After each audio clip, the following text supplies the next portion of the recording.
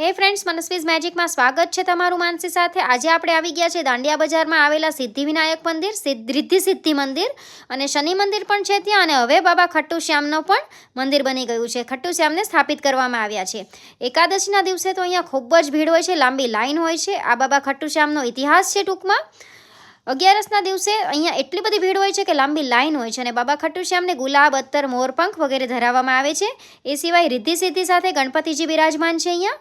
હનુમાનજી પણ છે, પંચમુખી હનુમાનજી છે અને શનિદેવનું પણ મંદિર છે। શનિદેવ છે, સાથે નવગ્રહ પણ આવેલા છે અને ટબુડીમાં તેલ મૂકેલું હોય છે, તમે ચડાવી શકો છો। એ સિવાય ભાથીજી મહારાજ અને રાંદલ માતાનું પણ મંદિર છે અહીંયા। જે કોઈ અહીંયા શ્રદ્ધાથી આવે છે અને 3 વખત બોલે છે કે હારે કા સહારા બાબા ખટ્ટુ શ્યામ હમારા, એમનું કામ અચૂકથી પૂરું થાય છે। જો તમને ઈચ્છા હોય તો તમે આવી શકો છો અને 14 તારીખે અહીંયા હવન રાખેલો છે, તો તમે આ ડિટેલ્સ જોઈ શકો છો।